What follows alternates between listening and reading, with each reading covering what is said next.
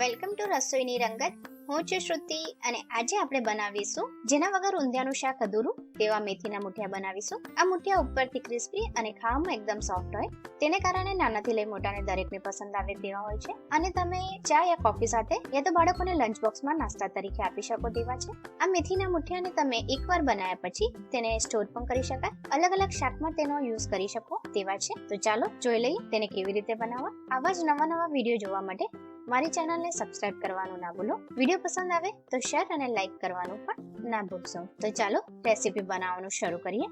તો તેના માટે મેં અહીંયા એક બાઉલ લઈ લીધું છે. તેની અંદર 1 કપ મેં ઘઉંનો જાડો લોટ લીધો છે, જે આપણે ભાખરી બનાવવામાં યુઝ કરીએ છીએ તે લીધો છે. અડધો કપ જે ઝીણો લોટ આવે છે તે લીધો છે અને અડધો કપ બેસન લીધું છે. બેસન એડ કરવાથી મુઠિયાનો ટેસ્ટ ખૂબ જ સરસ આવે છે. જો તમારી પાસે ઘઉંનો જાડો લોટ નથી તો તેની જગ્યાએ તમે 1 કપ ઝીણો લોટની સામે તમારે અડધો કપ સોજી એડ કરવાની. હવે આની અંદર મસાલા એડ કરવાના છે, તો સ્વાદ પ્રમાણે મીઠું. અહીંયા મેં 4 ચમચી ખાંડ એડ કરું છું. ખાંડ તમે તમારા ટેસ્ટ પ્રમાણે વધારે ઓછી કરી શકો છો. જો તમને ગળ્યો ટેસ્ટ ન ભાવતો હોય તો ખાંડને સ્કીપ કરી શકો, પણ આ મુઠિયા થોડા ગળચટ્ટા જ હોય છે અને ખાવામાં પણ ખૂબ જ ટેસ્ટી લાગે છે, એટલે થોડી ખાંડ એડ કરો.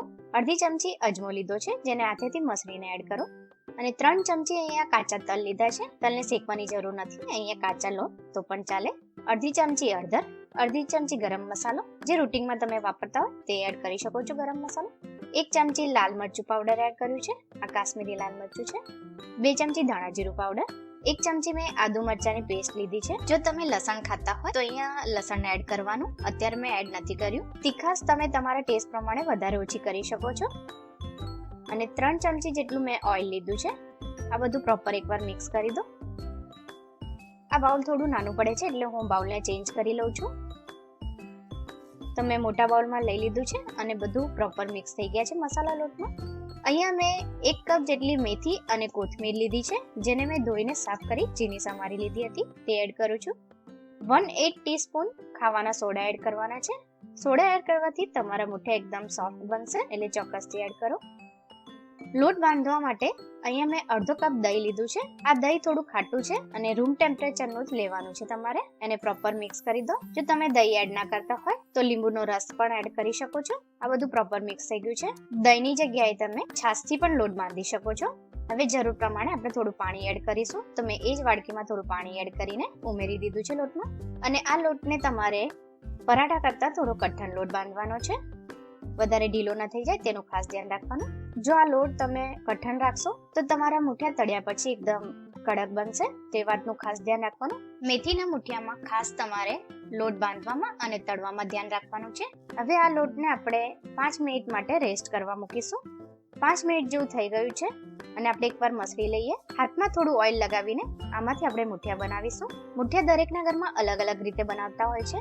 ઘણાના ઘરમાં ગોળ બનતા હોય છે, તો ગોળ બનાવતા હોય તો મીડિયમ સાઇઝના તમારે બનાવવાના.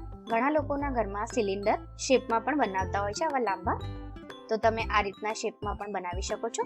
મારા ઘરમાં આ રીતનો શેપ ચાલે છે સિલિન્ડર, તો હું આ રીતના બાકીના મુઠિયા પણ તૈયાર કરી દઉં છું. મુઠિયાની સાઇઝ નાની મોટી તમારા ઘરમાં જે રીતે બનતા હોય તે રીતે તમે બનાવી શકો છો. તો મેં બધા જ મુઠિયા તૈયાર કરી દીધા છે. હવે એને તળવાના છે. તો મેં કઢાઈમાં તેલ ગરમ કરવા મૂકી દીધું હતું અને તેલ ગરમ થઈ ગયું છે. મુઠિયા તેલમાં તમે એડ કરો ત્યારે ગેસની ફ્લેમ તમારે ફાસ્ટ રાખવાની. બધા મુઠિયા એડ થયા પછી તમારે ગેસની ફ્લેમ લો ટુ મીડિયમ કરીને તેને ફ્રાય કરવાના. 1 મિનિટ જેવું થઈ જાય અને નીચેથી થોડા મુઠિયા તળાઈ જાય પછી તમારે ઝારાની મદદથી મુઠિયાને પલટાવવાના છે. આ મુઠિયાને તમારે ગોલ્ડન બ્રાઉન કલરના થાય ત્યાં સુધી તળવાના છે. વધારે હાઈ ફ્લેમ પર આ મુઠિયાને નહીં તળવાના. આ મુઠિયા ઉપરથી એકદમ લાલ થઈ જશે અને ખાતી વખતે તમને કાચા લાગશે, તે વાતનું ખાસ ધ્યાન રાખવાનું કે લો ટુ મીડિયમ પર જ તમારે મુઠિયા ફ્રાય કરવાના. આટલા મુઠિયા તળતા 3 થી 4 મિનિટ જેવો સમય લાગે છે અને તમે જોઈ શકો છો આપણા મુઠિયા એકદમ ગોલ્ડન બ્રાઉન કલર થઈ ગયા છે અને ઉપરથી એકદમ ક્રિસ્પી પણ દેખાય છે. આ રીતના બાકીના મુઠિયા પણ આપણે તળી લઈશું.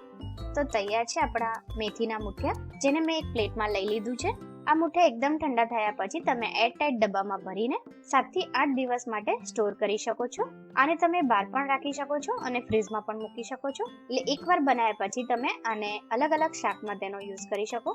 આ મુઠિયા ઉપરથી ક્રિસ્પી અને ખાવામાં એકદમ સોફ્ટ હોય છે, જેથી બધાને પસંદ આવશે. તો આ રીતે તમે ચોક્કસથી ટ્રાય કરી શકો. આઈ હોપ તમને આજનો વિડીયો પસંદ આવ્યો.